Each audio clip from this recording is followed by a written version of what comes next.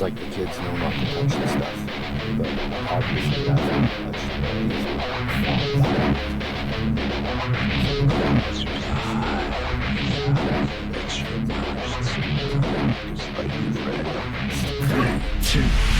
All right, you ready? Hello guys, what's happening?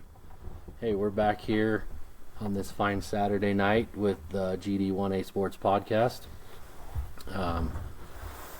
Is this number 4 or number 5? We're on number 5. Man, we're rolling. I guess we're getting up there, aren't we? Yeah. This has been a fun process, I'll tell you that, and been exciting, been kind of cool. Oh yeah, and once again, we want to just thank everybody who's been listening because the feedback's just been awesome. I mean, everyone's just really enjoying it, and we love doing it too. So definitely. Just thank you everybody who is listening and tuning in every week. And I know there's a few of you from out of town that have told me multiple times you listen, and like he just said, we really appreciate it, and keep spreading the word. You know, get as many people as we can on here and get everybody up to speed as much as we can. That is one issue we've kind of been having too. There's not a lot of stats being put in. Well, and we're through the Christmas break, and we know everyone's kind of got a lot going on, but hey, we're going to do the best we can here. So. We've got a lot going on too. Yep. We still need these stats, coaches, assistants. No, just messing with you. But yeah, so some of these teams, if we don't have a lot to say about you and you are listening or something like that, it's not that we don't want to talk about your team, we just don't have any stats or anything to go off of. So maybe if that's something you guys could do, it could help us out. We could get a little more information, and because we'd sure like to talk about all of you guys. So we did get to watch a little bit of a few different games of teams we haven't got to watch yet. Yep. And we'll kind of get into that once we get to their game in our lineup here. So yeah, with that, we'll just throw this RPI back out because I think it changed around a little bit since last week. I'm sure it has. There's been some. So I'll start with the boys' RPI. Number 1, the Wayne Badgers. Been playing extremely well. We're going to deep dive into them a little bit. They played really well against the Tigers. Number 2, you got Bryce Valley. Like I said, they've been playing extremely well too. And we'll get into them too, but they did, I think, lose to Manila tonight. I think they did. Yeah, that was one of the games we was watching, but we never could see the scoreboard. Yeah, they didn't show the scoreboard. We're not at all. Sure how the ending was, and nothing's been updated since we're filming this. I'm just kind of going off of the reaction. Like I said, we'll talk about it a little bit when we get to their game, Right. But if we're wrong, we apologize, but that's kind of how it seems. And then 3rd, you got the Manila Mustangs, so they've climbed their ranks up to 3. Mm-hmm. Paiute, they're coming in at number 4. Panguage, they're coming in at number 5. Green River, 6. Taviona at 7. Valley at 8. Rich at 9. And Pinnacle at 10. So Rich and Pinnacle, kind of the two teams looking to make that push to get into the top 8. Yeah, and I think Rich is going to make that push. We kind of got word back that Lundgren is back on the court playing. So I had been told that we had kind of heard this, but we didn't say anything about it because we weren't sure. But I did get confirmation tonight that he was out with a concussion when they played Evanston. It happened at the first of the game, so he's been out just monitoring that and taking it easy, which is smart. So right. But yeah, he is back in the lineup, and we'll kind of see what that does for him and for the team. So, but I think they've still been playing pretty decent ball while he's been sidelined. So right. I'm sure they'll climb up there. So that's kind of your boys' RPI. Heading over to the girls, you got Taviona, number 1. We'll get into their games a little bit, but they had a phenomenal Christmas break going down to Wayne and Bryce Valley, getting 2 wins there. The Wayne is at number 2. Panguage is at number 3. Valley at number 4. Monument Valley at number 5. The Rich Rebels at number 6. White Horse at number 7. Wendover at number 8. Escalante at number 9. And Milford at number 10. So that kind of gives your girls' RPI. And then I also brought up the Des News top 5 here because I think it's pretty interesting to look at Des News. Yeah.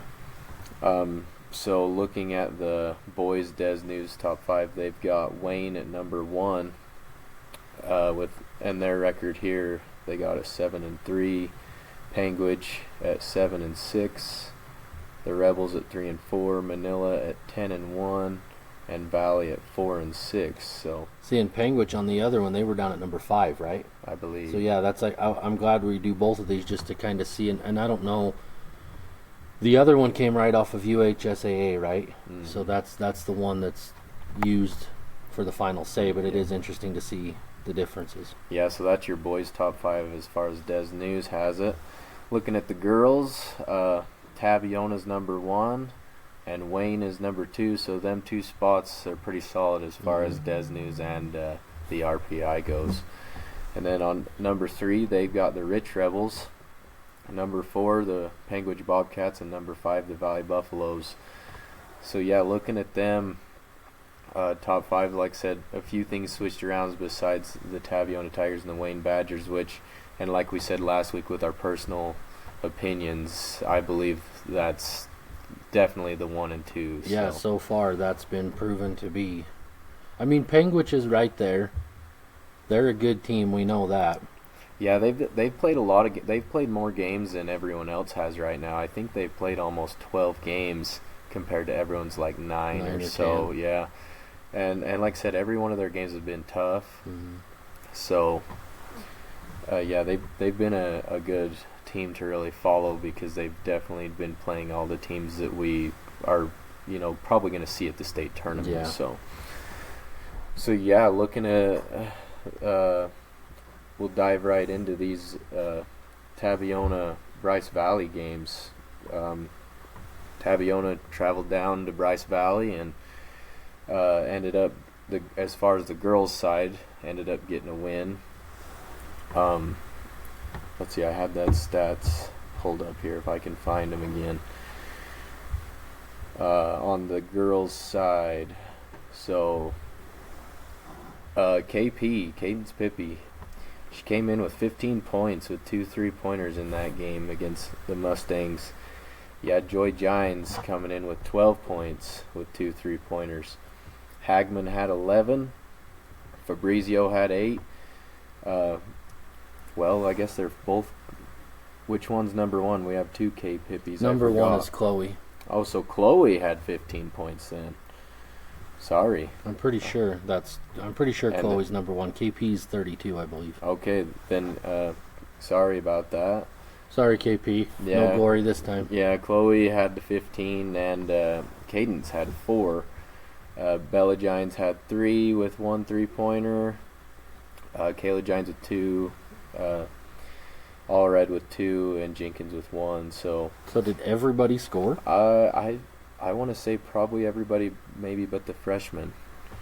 There's a lot of. They don't have Kaya or Angie on there, but Yeah. I think that sounds like that might be it. Everybody but them too. So yeah, as far as the girls' side, Chloe had a really good game against the Mustangs. Looking at the Mustangs, Lopez had 9, Vasquez had 5, Meekum had 5, and Barna had 5. So what was the final score of that game? That my research was not on Stats only? Yeah, stats only. Well, I know okay. I know that the Tigers handled them fairly well, if I remember right. I'll bet you I can multi-window here real quick. But while you're finishing that up, I'll find it. But yeah, looking at that game, that was one game that I just got busy and I wasn't able to watch it. I don't know. I can't even remember what I was doing. But I can roll over to the boys while Wacey tries to find that final score on that game. The Tigers ended up losing to Bryce Valley. But right here, Case Thomas with 20. He had 5 3-pointers in that game. Rhodes had 19 points. And Giles had 10, Curry with 2, and Olsen with 1.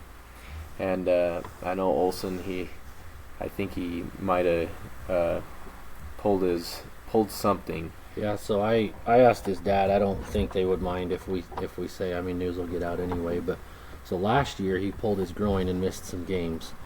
And he did the same thing this year, but it's the other side, I guess. Oh. And so, but I was told that they don't think it's as bad as it was last year.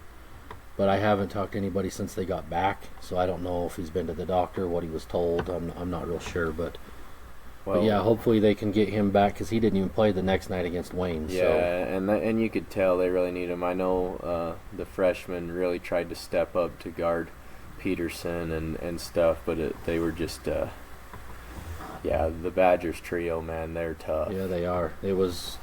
I was glad to watch what little bit I could watch because they're. The big kid, Robbins, is that his name? Yes. Is it Robbins? Yep. I was impressed with him. It seemed like whenever he had it inside, he was making moves, he was scoring, he was rebounding. I was really impressed watching him play. And I will get to that game in a second, but I just wanted to look at Thomas here. 20 points for Thomas with 5 threes. You know, Case, whatever he's been doing, I think I said it last week, man, he needs to stay in that mindset because especially with Olsen possibly going to be out for the next little bit. If we'll find out more next week on him. But and one thing I was telling you too was talking about it earlier. He did have the 5 threes, and this is just my opinion from watching. I felt like because he was shooting the ball pretty well, he kind of quit going to the hole, and then some of his threes because he missed a few of them too, but they were very, very contested, where the defense right there. And it's almost like he kind of was just focused on one part of his game as the shooting instead of trying to mix it up and drive a little bit too. So, but I mean, he still had a great game. It just makes me wonder if he would have used both. Right. Well, and looking at the next game against the Wayne Badgers, I mean, Thomas, I think he must have took that mindset. Maybe his dad or someone told him, hey, you shooting the ball well, you need to keep attacking, because it seemed like that next game he really was. I mean, I believe he led the Tigers in rebounding as well. Yeah, I was going to say he had quite a few in that game, it seems like. But looking at the Bryce Valley game, Rhodes, like I said, he had 19, just phenomenal, finishing around the rim, doing what Rhodes does, what we've seen him do pretty much all year. And then Giles, he was a little slow. He did have 2 3-pointers though. But yeah, as far as the Bryce Valley game with the Taviona Tigers, Bryce Valley did get the win. Perez, he ended with 17 with 3 3-pointers. Shanoff, he had 15 points with 3 3-pointers. Syra, he had 11. And I know Coach's game plan was probably to shut down Syra. So for him to get 11 is still impressive. But I watched Bryce Valley and Manila today, and I think Shanoff's just as valuable as he is. I mean, they're both. Well, and Perez too. I mean, like I said, that when we get in depth with these teams, it seems like they all kind of have a trio that, like I said, I'm sure has been playing. They've played together for years, their whole lives, probably. And they move the ball so well with each other, and you can just see it when you look at their stat lines, how they play. So a good game by Bryce Valley to get Taviona on that one. Before you move to Wayne real quick, I did find the girls, Tabby and Bryce Valley. It ended up 58-23. Okay. Yeah, so the Tigers girls did handle them fairly well. But back to that game, I wanted to say something on it too. For Chloe to come in and score 15, I mean, she's only a sophomore. Right. That's a pretty big game for a sophomore. I mean, she gets a lot of varsity time, she plays, but I like to see young kids like that step up and show what they can do. Just get confidence. Yeah, exactly. Because every team's got those younger kids that they can play, they just get a little nervous or maybe, whatever it might be. So I like it when a freshman or a sophomore that hasn't played a ton of varsity in years past, because they're still young, I like to see them come out and perform like that once in a while. It just kind of shows you that they do have the ability. Right. So yeah, now the next day, Tigers went to play Wayne, which we knew it was going to be a dang good game. The Wayne Badgers and the Taviona Tigers top 2 in about everybody's rankings, even our personals. Just both teams playing so well. The Tigers ended up getting that win. I think it was 46-43. And like I said, it could have went either way near the end. Oh, yeah. I mean, it was definitely a barn burner. There was one play in particular, we got the ball, inbounded it. Kind of all we had to do was hold on to it. They were in a position where they were going to have to foul. Did you watch it? Yes. Yeah, and one of our girls took off dribble and bounced it right off her foot and jumped on it, but so did Wayne. Got the jump ball, went back to Wayne. It was a little crazy there for a minute towards the end. And then Van Dyke, she threw up a 3. I mean, it was pretty deep. But she's that kind of player. Yeah, near the end, I think it was Joy got the ball, got excited, and they called her for a travel. Oh, yeah. She stomped with the ball. Yeah, she found And so the Badgers got an extra shot there with 1 second. Yep. So it goes to show you, even when you get excited, these girls need to remember the game's not over till the horn goes off. Till you hear that buzzer. Because when we were watching that, I was watching it with my boss, and I was like, I said, she just traveled, and they're going to call it. They're going to put time back on the clock. Yeah. And sure enough, but you could see it. The clock wasn't over. She picked it up, started walking. I was like, whoa, whoa, whoa. But she was excited, stomped her foot, but the Tigers did end up getting that win. But it kind of made the whole crowd go, oh, no. Yep. Because Van Dyke got that ball, and she had an opportunity to tie she's it up. not one that you want, because she's very capable of making something like that to win the game. So, but I only got to watch the last little bit of the fourth quarter. I didn't get off work in time to watch all of it, but I mean, I could tell just by what I did watch that it was a good game. We knew it would be a good game. And I don't know, they don't come here, do they? No. So we wouldn't play them again until state, but if we do, so. But yeah, looking at that game, Van Dyke, she had just, like I said, another phenomenal game. Yeah. Even with, Coach Fabrizio was just focused on her. She came out with 15 points, 16 rebounds. I mean, she was an animal on the boards. Like I said, when it comes to Van Dyke, she is the real deal when it comes to 1A ball. So, and then you had Wood, had 11 with 1 3-pointers, and she had 8 rebounds. Torgerson was 6 points, 6 rebounds. Morrill, 6 points with 2 3-pointers. And I believe Morrill was the one that hit that 3 near the end. That I think. Yeah. I mean, it like on said, the left wing. She buried it. She hit a clutch shot to just, like I said, keep the game really exciting. That last, I want to say, 40 seconds or so. Yeah. And then Erickson with 2 points, 5 rebounds. Brinkerhoff with 2. Peterson with 1. So, yeah, looking at the Badgers and the Tigers right there, it was exactly how we thought it'd be written on paper. Yep. It could have went either way. So, and we don't have stats for the Tigers on that. Shantae was telling me she's got something to do. She hasn't been able to put them in yet, but she's gonna get on it. So yeah, that puts the Taviona Tigers at 10-0 and the Wayne Badgers at 8-2 now, as far as the girls' end goes. Then we roll over to the Wayne Taviona boys game. Like I said, that was a really good game for the first, I would say, 3 quarters. That fourth quarter kind of it definitely got away from them. And like I said, not having Jackson, just I mean, the freshmen coming in trying to do what they can, but it's a lot to try and have your freshman Garden Peterson. Well, and he's so strong. Not only that, but Jackson's just a core part of the offense. Yes. And he's kind of, the facilitator that gets it going, and that makes it hard for a team when you're missing one of your guys. But yeah, Robbins, he finished with 19, and like we said with Robbins, when the Badgers get in a half-court set and he can get the ball down low, he is tough to stop. I mean, he's the real deal when it comes to a big guy. Yeah, like I was saying, I was very impressed with the way he played. They don't have rebounds on here, but I know he had his fair share of rebounds as well. And then Peterson, he ended with 19 with 2 3-pointers. And one thing I love watching Peterson do, he's so aggressive on the defensive end, getting in passing lanes. I think there was 3-4 times he just got in the passing lanes of the Tigers and took it the other way. And, I mean, I know that was 8 of his points was just because of how hard he's working on defense. So, yeah, Peterson ending with 19. Martinez, he had 16. Brown, he had 6.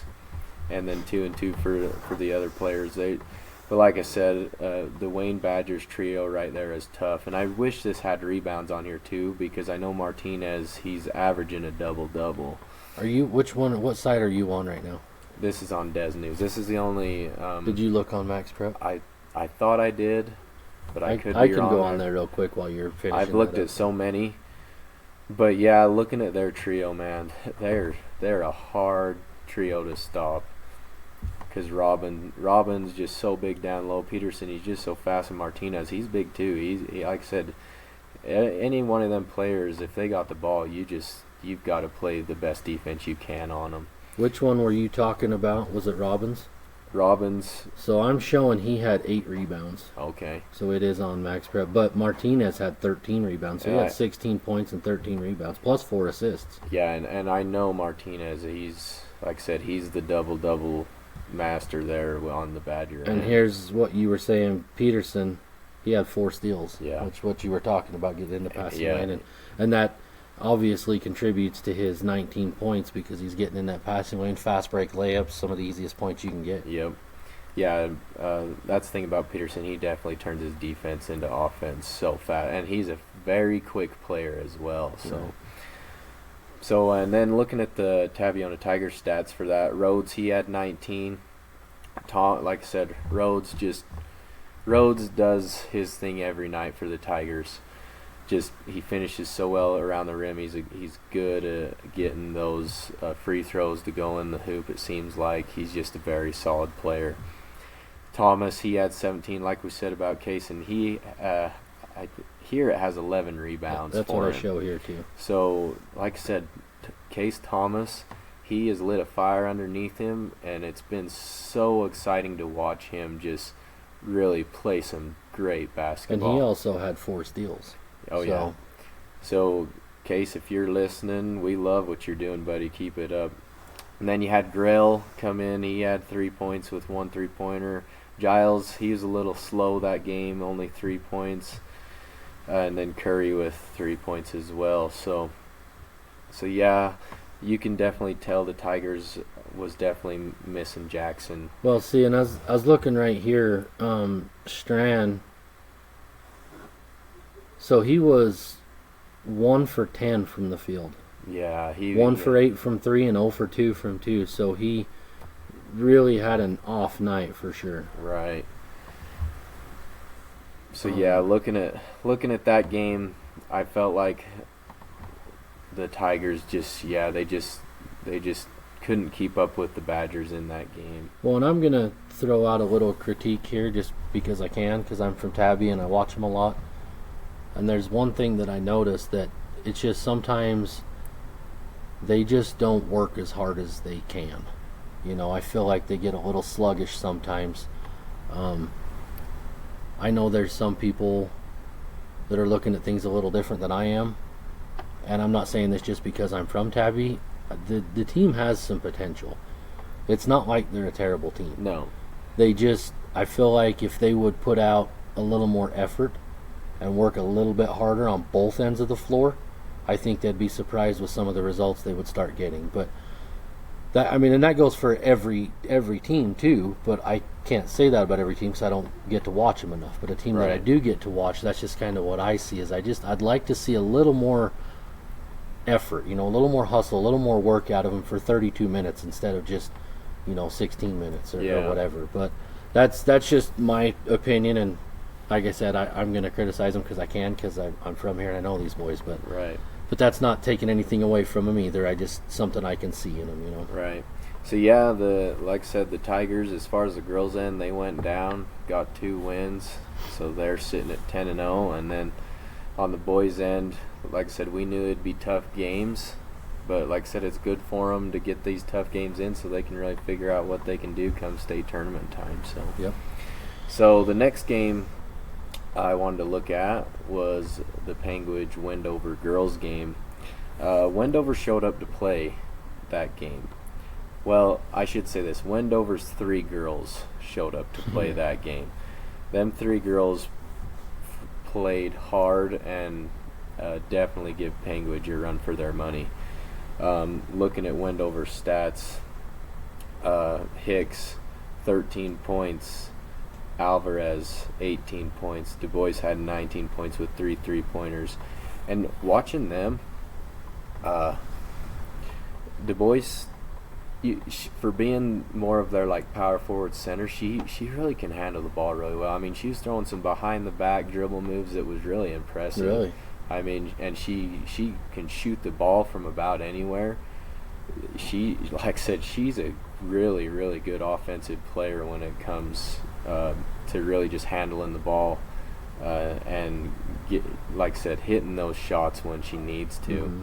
And then Alvarez, I mean, she is fast. Yeah, she's quick. She seemed like she'd get a screen on the top and she'd go to the hole, and if she wasn't making a layup, she was getting fouled, and she could also shoot the three as well. So I mean, I was impressed with her. And then Hicks, I mean, she was pretty slow that first half, but then come third, fourth quarter time, she turned it on.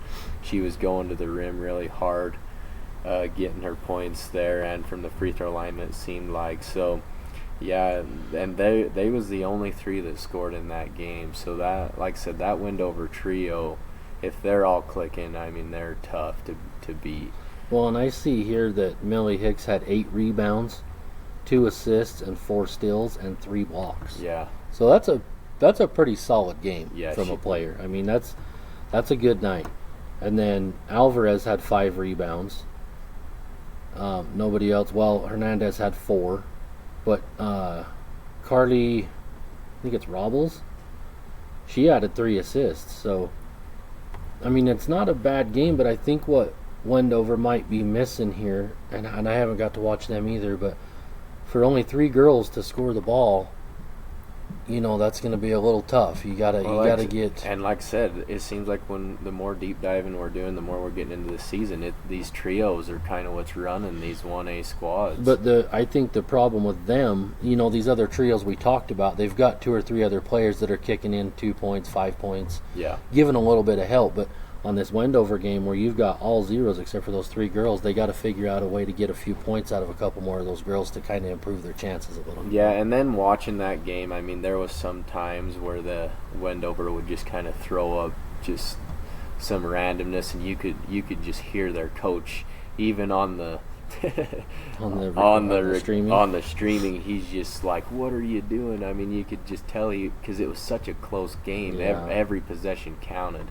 So, but I think Wendover is definitely that team that you gotta, like I said, you can't just show up and expect to beat them, because it's not gonna end up. Well, that I know way. the last few years with our girls, it's been good games everywhere they've played. Yeah. Whether it's here, Wendover, last year. I don't know if we played them in the region tournament last year, actually. I don't think we did. I can't remember now, but it's been good games with our girls. So Wendover, at least for what I can see for the past couple of years, because I don't know beyond that, but they have been fairly competitive. You know, they're not just a pushover team. And then looking at the Panguitch stats, Miller obviously leading the Bobcats with 16 points, 2 3-pointers. Torgerson also had a really good game with 12 points. Owens, she had a decent game, but not near as good as the game we're going to talk about here next. She had 8 points with 2 3-pointers. And then Hatch, like I said, I feel like Hatch is one of them players that's kind of under the radar when it comes to the Bobcats squad, but she had 8 points with 1 3-pointer, and then Yardley with 7, Edwards had 2. So like I said, looking at Panguitch again, every one of them they work hard. They're starting to really click, I feel like, and they're definitely going to be a tough team come state tournament time. So. Okay, well, we had, there's a couple other games. Are we sticking with girls for right now, or you want to do both? We can go back and forth. Okay. Because on the boys' side, there was a few more games on Monday the 29th. Valley did lose to Gunnison Valley 70-51. Paiute, I don't know who Lincoln County is, but they handled them fairly easy, 80-24. Milford lost to Wendover 58-56. Valley kind of got clobbered by South Summit 39-66. We know South Summit is a pretty good 2A team this year. Yeah, so and like I said, they were 3A. They got dropped back down to the 2A division, so South Summit's really solid. And then we had, we covered us in Bryce Valley. So Panguitch, this one, and I don't know this school. They're out of, Mesquite, Virgin Valley. But I was kind of surprised to see the score because it was 73-45. Wow. And you just don't really see Penguich losing by that much, you know. And I don't know anything about the game. Maybe this Virgin Valley is just a phenomenal team, you know. I'm not sure, but that kind of surprised me to see that much of a gap in the score. And then Tuesday, we'll stick with the boys because that's where I'm at. Penguich lost another one to Elko, 61-54. Wendover lost pretty bad to Beaver, 41-81. Milford got beat by 1 by Rockwell, which is a school out of Eagle Mountain. And then Paiute handled El Capitan pretty good, 39-69. And then we covered our Wayne game, but I think there was another. Let me go back to the girls' screen. Okay, ad. You don't need your ads. On Tuesday, there was also Wendover's girls beat Milford 57-52, and Penguich girls beat Gunnison Valley 43-36. So that'll take us. Is there any other games that day you were wanting to cover? No, the next game I got here is, since we haven't really covered Altamont's boys, I wanted to cover them a little bit. Okay. When they, a little good basin rivalry game, Altamont played Duchesne. Duchesne ended up beating them, and I don't have the score here. I know it looked like a big gap, but Altamont was playing with Duchesne the entire game until about the last 2 minutes, and then I don't even really know what happened to the Longhorns. They just kind of fell apart, and Duchesne was just kind of running and gunning and making layups near the end. But Altamont, like I said, it was a 3-point game with like 2 minutes to go in the fourth quarter, and then Altamont just kind of fell apart. But watching them play, I'm telling you, they're no pushover. They just, you can tell they're a young team. They're still figuring out that chemistry and different things. But looking at their stats, Jessen had 8, Whiting had 7, Sorensen was 6, Tew had 5, and Wall had 3. I mean, it doesn't seem like a lot, but it was a pretty defensive game until the end there. Well, CN2 only had 5 points, but I know I was looking earlier, he leads them this year at 13.5 a game. Yeah. So they held him a little below his average. But I've heard from a few people that he's a pretty decent ball player. I mean, I didn't get to watch him much. I only got to watch him for a couple of minutes in that game. But I have heard some people talking, you know, that Altamont is doing not too bad this year. You know, they have lost, I think right now I could be wrong, but it seems like they have a losing record. If not, anyway, I don't want to get that wrong, but I've been told by a few people that they're like you said, they're not somebody you're just going to go in and blow out of the water. You know, you got to come to play, which that should be your mindset no matter who you're playing. One thing about them, it seems like they're all really just hustlers. They all kind of go to the rebounds. I don't have rebounds on this stat, but I know Jessen, it seemed like he done really well on the rebounding end. But yeah, looking at them, I just feel like they're still figuring out that chemistry. And I just feel like whoever plays them, you can't go there just thinking you're going to blow them out, because they could be that kind of under the radar team that could really show up. Well, and Altamont's kind of always been the kind of team too, especially when you play them in Altamont. Yeah. You know, they seem to usually get a little more fired up at home than they do on the road, and they usually have a pretty good supporting crowd there at home games too, you know, right. So that helps them out a bunch as well. But yeah, we'll have to. And their program's kind of been bounced around a lot. I know the Coach Wickel. He's finally been the one coach that's stayed there for longer than 1 or so years. Mm-hmm. So I'm sure he's still trying to get that chemistry with them boys rolling too as well. So yeah, I wanted to just cover their boys a little bit just because we hadn't talked about them. And I like I said, I think they're kind of one of those teams that flies under the radar. They just got a lot to still figure out. Well, and we'll watch for them to come up on the local broadcast here, the V6, some of their local games, and see if we can watch them a little bit more. And like I was telling you earlier, I was trying to bounce back and forth between 3 or 4 games of teams that I haven't seen yet, didn't know anything about. They were one of them.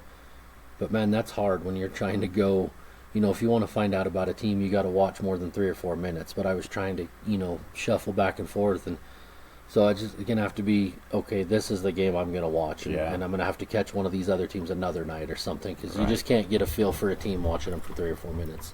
But yeah, and then the next game I watched and I kind of want to cover was on the girls' end, the Panguitch Bobcats and the Valley Buffaloes. And I'll just say this, it was all Owens when it comes to that game. She was hot right from the start.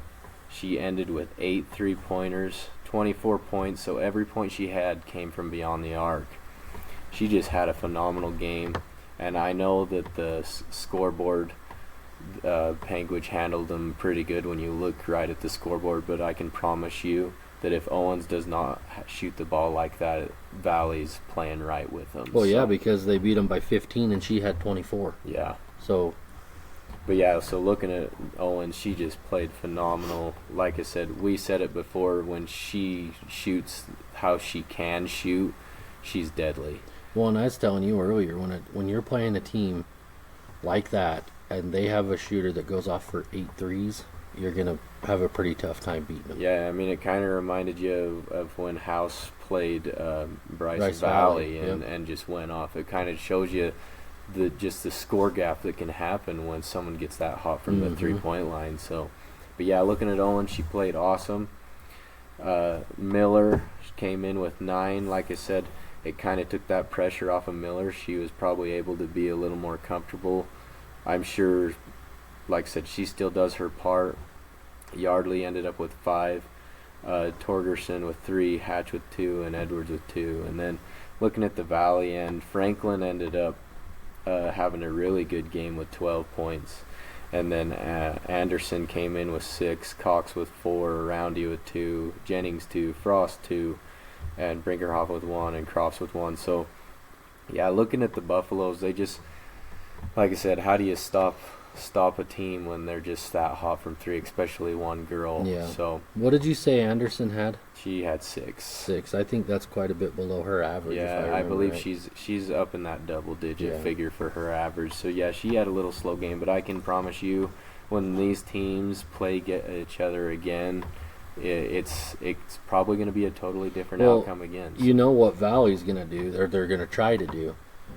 I mean, if it were me, I'm putting someone to face guard Owens. Well, and it seemed like Valley they like to play that 1-2-2 zone. Yeah. So obviously that shows you that Owens probably running baseline, doing different things to get open. I would probably switch that and just do like a 2-2, and I'd have someone face guarding that girl. Because if she beat me with 8 threes, she's going to have to find another way to do it next time. You always got to know where Owens is at. So. Well, let's bounce back to Wednesday real quick because there is one more game I want to mention. Panguitch played Manti, and they did beat them 51-40 on the girls. On the boys, I think we covered everything. Yep, up to Friday. Let's see if any of these games, if this will load, the Friday games or any that you have. I do have something here. It says Rich played Farson Eden, but there is a missing score, but I may have...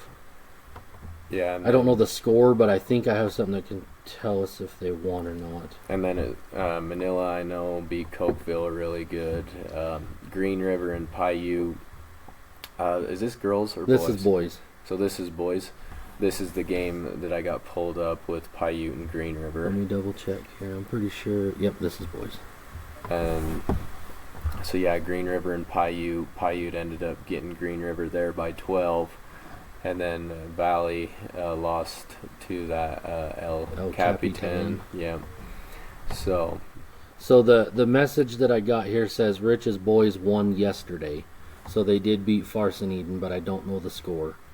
And then they're also, well, they're probably done now. They were playing tonight as well.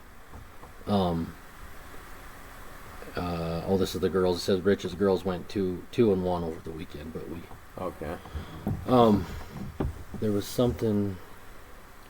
Well, I got this Paiute Green River stats pulled up. Okay. Like I said, Paiute ended up getting Green River, and that's what I said. Green River, after watching them, we know they're so solid, but if you're going to play them in a zone, you better, like I said, you better get to every one of them shooters. But I'm pretty sure watching Paiute, Coach Jessen, I'm sure he played a man. I tried to watch the game, but I could never get anything to load up. Mm-hmm. but I can promise you Coach Jessen was probably not going to sit in his zone against the Green River team. But well, it seems like Paiute usually plays man anyway. Oh yeah, but yeah, they're solid at it. Looking at Paiute's stats, Gleave, I believe he's their leading scorer. He had 15 points. Montague had 12. Myers with 11. There must be 2 G. Eliasons. One had 6 and one had 4. So that's your stats looking at Paiute. On Green River's end, Hernandez had 9. Escalante with 7, Rolando with 7, Mendez with 6, Mendoza with 5, and Quintana had 2. So Rolando had how many? He had 7 points. He only had 1-3 that game. Yeah, so that's a pretty quiet game. Yeah, because I think he's averaging almost up to 20 now. And like I said, we know that Rolando can shoot the ball so well. Mm-hmm. And like I said, with how Coach Jessen, just how he is as a coach, watching him, his game plan was to run Green River off the three-point line, because that's definitely where they shine, is on the three. So yeah, Hernandez ended with 9 and Rolando with 7. Mendez only had 6. So Mendez only had 2 3-pointers that game. Still got 2 off, but nothing like how we seen when he came up here and played us. So well, and while you're on that game, that must have been a boys and girls trip, because the girls, Paiute, they beat Green River's girls 59-11. So both Paiute teams getting a win that night. But yeah, that's kind of the stats I had pulled up for the games that happened this week. So then on Friday we also had Wayne. They traveled up here and played Altamont. I've got that in my notes right here. Wayne did beat them 58-20, but Van Dyke just went off an insane game. So she had 28 points, 14 rebounds, 5 steals, and 3 blocks. Wow. I mean, that's talk about filling up the stat sheet. That is a good game from any individual player. I'm sure she wanted to roll right from Altamont over to this Taviona gym. Yeah, probably would get a rematch. I guarantee you. Another game that was played on Friday was, I don't have a score, Manila and Kemmerer. Rich's girls beat Farson Eden 58-31. Milford beat Bryce Valley, which I did watch a little bit of that game. They beat them 44-29.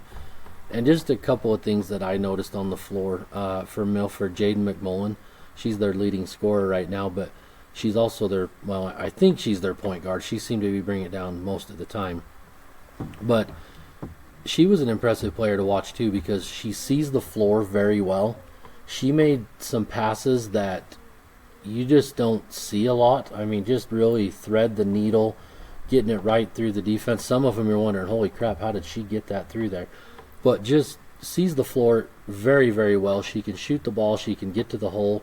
So for being able to watch her for the first time, I was impressed, and I think she's a pretty decent ball player. And I think Milford was also, they did a pretty good job at moving the ball. Right. They didn't didn't really hold on to it. There was a couple times here and there, but for what I did get to watch, and it wasn't the whole game, but good ball movement. And I think McMullen is kind of just the key there as far as being the facilitator. Well, yeah, looking at her stats, I mean, she's leading them with 18.5 points a game. So, and I think is she leading them in assists as well? Yes, 3.3. Yeah. So yeah, she's and that shows by, like I said, some of those passes that she made in that game. And I don't know. Well, and you want to talk about passes, when we were watching the Manila Bryce Valley boys game about an hour ago. I tell you what, there was some dandy passes in that one. The one I specifically remember, I believe it was Syrat. He came in with his right hand, attacked the seam to go with a right-handed layup, and next thing you know, he throws it kind of behind his back, and it hit his big man so perfect. I mean, if there was a highlight stat for 1A, that one would, because it was beautiful. 1A Sports Center. I mean, as soon as I seen it, I was like, holy crap, that kid can definitely see the floor. Yeah. To go with his right hand and flip that behind his back how he did, it was beautiful. And there was a pass that stood out for me from Manila, Kel Chowning, I think I said that right. Yep. He was on the left half of the floor, kind of a fast break. He had a teammate in front, But Bryce Valley also had a defender there, but he just took with his right hand a one-hand bounce pass, and I mean it had to have missed the Bryce Valley's kid leg by inches. It just went right through, thread the needle, guy caught it and laid it in. It was a sweet pass and led him to the basket just perfect. I mean, it was right on the money. Yeah, I know. I wish we had the stats for that game. Obviously, they're not probably going to get uploaded in an hour, but I know that Cal kid did tell me to watch Des News for theirs, so we'll have to keep an eye on that. Maybe when we get here next week. I mean, it looked like, as far as Manila looked, they look solid. I feel like, because we were saying before we didn't know any of the schools they had played. It's a lot of Wyoming ones. We hadn't been able to watch them. So we kind of wanted to see if the record matched the game. Yes, exactly. And playing Bryce Valley, who's been right at the top 1 through 3 teams so far this year, I think Manila's the real deal. I think they've got a lot of talent. They've got the big guy underneath, Goodman, I believe is his name. Yeah. He was all over under the rim. What I did see him score was right at the basket. And he maybe come out and extend the shot too. I'm not sure. I was trying to focus on prepping for this and watching that game at the same time, so I wasn't laser focused on it. But a couple of notes that I did take is Chowning, Hughes, and Bear. All 3 of them can shoot the ball. Yeah. And Chowning, he's not afraid to shoot it either, but I didn't see any forced bad shots from him. He's quick. He's very able to get himself open off the dribble. He also sees the floor very well too. And which I wasn't surprised, because Manila has been one of the top competitive teams for the past several years. So I wasn't surprised, but just not being able to watch him yet, I wasn't really sure. But like we've said in the past, Coach Hughes, I think, is a great coach. And the way he's able to work with those kids and get them on, the level they need to be at. I think where they're at right now, I think they're on the right track. Oh, yeah. Well, I mean, just looking at them, they're not the biggest squad out there, but you can tell they hustle, and a lot of that, I'm sure, is like we said before, the chemistry with your coach, just to push you. Well, and Hughes, one thing I noticed is he is very good at putting full court pressure on the ball handler, bringing it up. He's also very quick. Right. Him and Chowning both kind of hounding the guards, bringing it up the floor, making it tough for Bryce Valley to get up the floor. They're a real team. They're one to watch for. That's going to be right there at the top come the end of the season to go into the state tournament. Yeah, they're going to definitely be exciting to watch some more of their games for sure. But with that, do you have any more? I have. Let's see, which one am I on here? Am I on the girls? Yeah. So. Valley played Penguich. This was Friday. Oh, you talked about that one. Yeah, we talked about that one. So let's go to today.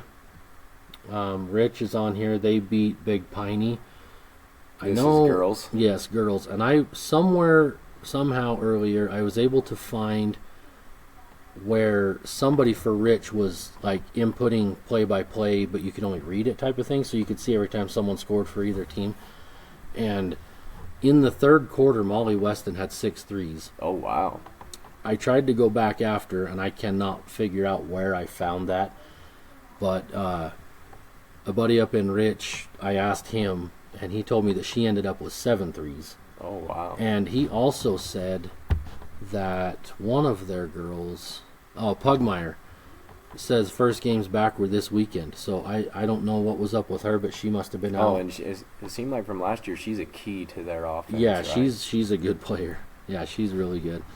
But anyway, yeah, so Molly Weston had a great game today against Big Piney, and I don't know if I said the score, 43-32 is what they beat them. And then Wendover's girls played Green River today. They beat them 60-12. I'm kind of curious. I want to see on some of their stats here. So Alvarez, so she had 13 tonight, but Millie Hicks had 16. And she also had, maybe, where every one of these pages is different. You'd think it would be laid out the same. Right. On all the games. They don't have any of the rebounds on here for this game. Well, I'm sure there was a bulk of them. But Carly Robles, she had 3 threes. Oh, wow. Phoenix we don't really know how to pronounce her name correctly, so Dubois, whatever it is, I'm sorry if we're saying it wrong, but she had 14. She was 0 for 2 from the 3, but still had 14 points. And like I said, she's a good shooter, watching her play Penguich. So, see, in this game, we talked about against Penguich, they only had 3 girls score. Well, those same 3 girls, 14, 13, and 16, but they had Carly Robbles step up and give them 11. Right. So that's kind of what I was saying. Get one more girl, maybe 2, that can give you a combined 14, 15 points, to kind of give you a little bit of a boost. Yeah, when you're going to play those top 5 teams, like I said, the trio will only go so far. You got to get some help from your other 4 or 5, even some of your bench players if you have them. Right. And then Bryce Valley's girls played Manila, but there's no score on that. Altamont, I know they went down to San Juan today, but there's no score on that either. Rich did lose to Cokeville 54-30. And then Paiute clobbered Parowan 56-17. And that was boys? This is girls. Oh, girls. But I don't know. We haven't really had much for Paiute as far as stats go either. So on their girls' end. And there's nothing on this game. So I don't really know, kind of who was doing the scoring, rebound, and anything for them. Let's go back to the boys here real quick because there was some games today for the boys as well. Wayne put a whooping on Providence Hall. They beat them 48-56. Bryce Valley and Manila's boys, like we talked, but we don't know the score. It's not on here yet. I kind of mentioned this earlier. From what I could tell on the broadcast is there was around 20-30 seconds left. Manila had the ball, and they weren't trying to score. They were just staying up top, so that tells me they had the lead. Yeah. But, again, the camera didn't show the score once through the whole game, so I don't know what it was. And then there towards the end it sounded like, as soon as the buzzer went off, they cut the feed. So you couldn't see, but it looked to me like Manila's boys were kind of celebrating a little bit, and the crowd below the camera, I think, was Manila's. And that was at Mountain View, yeah, right? and it was at Mountain View High School. I'm not sure why that was the location, but yeah, it was. So, Wendover and Green River played today, and again, this is boys. Green River beat them 83-53. Tinnick beat St. Joe 77-36, and then Rich's boys played Kemmerer, but I don't know. There's no score on here for that either. So that's all the games for last week, boys and girls. Till today. And like I said, I think we're finally going to get into that region play a little bit here in the next week or two. Coming into, like I said, January and February is always the best. To me, is usually when the best games are going to be getting played. So. Yeah. Well, and there's, I know we have here in Tabby, we've got a lot of basketball coming up this next week. Our girls play Tinnick at home on Monday. Our boys play Altamont at home on Tuesday. Our girls go to Altamont on Wednesday. And then both teams go to St. Joe on Saturday. So I don't know if you want to cover the upcoming schedule.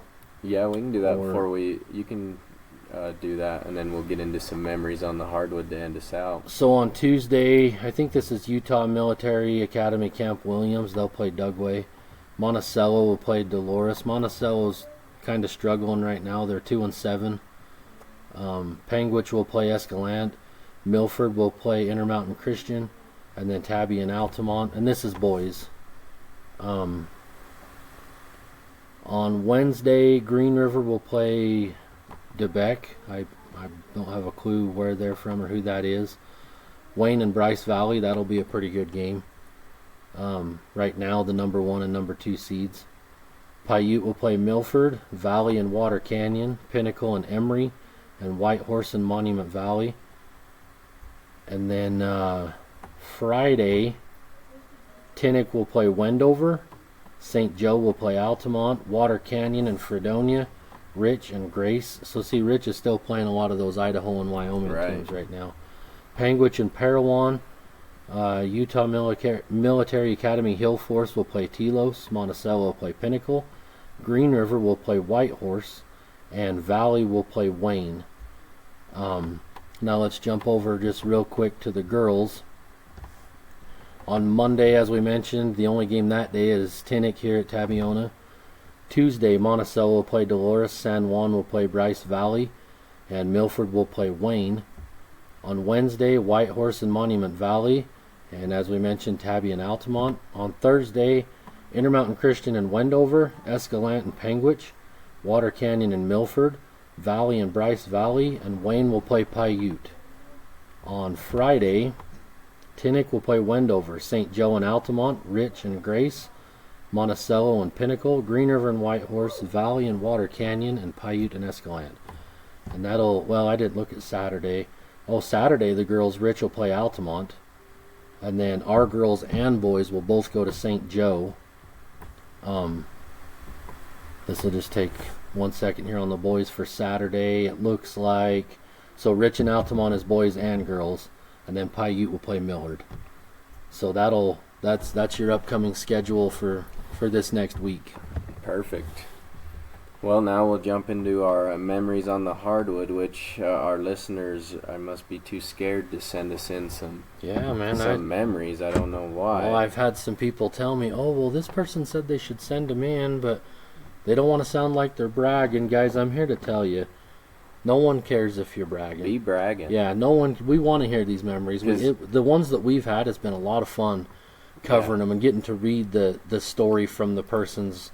And like I said, your core memories are going to be a little bit of bragging on yourself. I think most, not a lot of us want to share. You started off with a negative one, but still it's a core memory to you. But yeah, nobody cares if you're bragging or not. No one's going to think of that. So don't be shy. Send us some memories. We did. And so since no one did, I hounded my wife to give me a memory. For you guys that don't know, my wife is Kaylee Grant. She played for the Duchesne Eagles back when they were still 1A before they jumped up to the 2A division. So I'll start off with her memory here. So she sends in saying, my memory is from 2016. We were playing Penguich in the state championship game. Penguich was absolutely dominant that year, and everybody knew they were going to take state. So it was pretty much a race to second place. But we knew we were pretty good, and we were banking on making it to tie championship game. To the championship game. Yeah. Typo. Anyway, she says Whitney Orton, now Olympian, she's an Olympian now, was one of Penguich's point guards and was my defensive assignment for that game.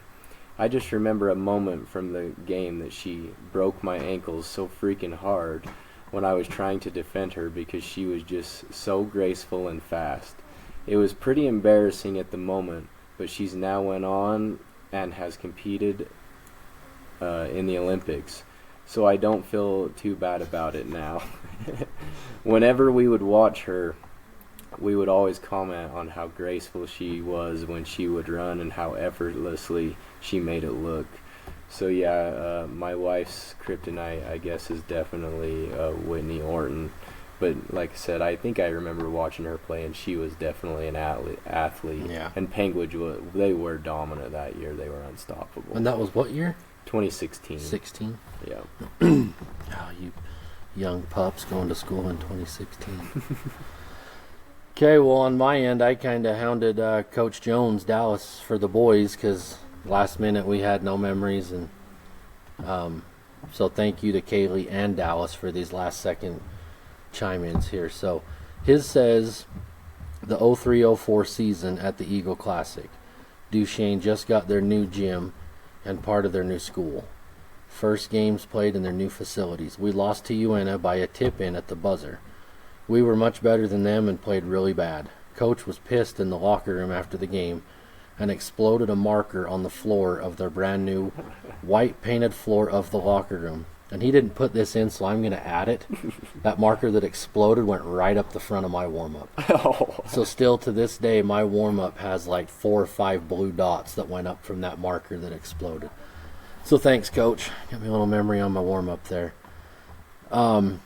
He says Stan asked him the next day what happened, and he told him Jerry lost his temper the night before after the game. I didn't know that. Coach, you sly little devil. But no, I remember that game. Yeah, we did not play good. That was the year Kyle Graham and Eddie Jones were seniors. And me and Kyle, our roles on the team were shooters, and man, we both just shot terrible. I don't know what we shot, but I don't think combined we made even 5, if that, and I'll bet we missed combined probably 15 or so. We could not find the basket, but I do remember that game. It was off of did he mention? I think it was off of a free throw. A tip-in. We lost to UNA at a tip-in at the buzzer, and I think that tip-in, if I'm not mistaken, came off of a free throw. But anyway, I do remember that game. I think that was the game afterwards, like the next day, 2 days later, something like that. We, as a team, we didn't involve the coaches. We just called a team meeting, and we met up at Jan and Irvin's house because Rowdy was on the team there, and just had a good little team meeting, sat down, talked about everything, and kind of helped us turn things around a little bit. I mean, I think that was only our second, maybe third game of the year, but we just felt like we should be doing better. Right. But that's one cool thing about Dallas's memories. You know, a lot of his memories, especially if it's from when he was playing, I was probably there. So if he gives us more throughout the year, which I encourage him to do so, they'll probably trigger some memories for me too. So. But anyway, I think that's all we've got for this week. Yeah, so please, guys, send us in some memories, or else me and Wacey's going to be calling you live yeah, on we'll air. just start calling you. Speaking of that, you had 3 or 4 that you called that didn't answer, so we got a bone to pick with them. Yeah. But, again, guys, that email is the GD1A Sports Podcast at gmail.com. So, and we did start an Instagram yes, as well, we did. if you want to start following that. And it's the same thing, right? Yep, just look for that 1A. The GD1A Sports Yep. Podcast. Yeah, so give us a follow on there. We'll I think you're kind of handling that. I'm trying to. And we both got, I know my wife will help if you need some help, but Yep. if you got her covered, go ahead and do that. But yeah, guys, if you do listen to this weekly, follow us on Spotify, follow us on YouTube, on Instagram. We like to see, you know, people engaging, and it makes this, I mean, like I said, we have fun anyway, but I know for me it makes it a little more fun when you see that, you know, people's actually watching, and then I get texts or calls, you know, like, hey, you know, good episode and whatever. So that's really cool, guys, and we do appreciate it. And one last thing, Kenyon, if you're watching, I don't know if you can see, but you gave me a lot of trouble about my hat last week, so I've got your hat on this week, so I don't want to hear anything about it. But thank you, guys, and I guess we'll be back next week, huh? Yep, we'll see you next week. Thank you. All right, guys, we appreciate it.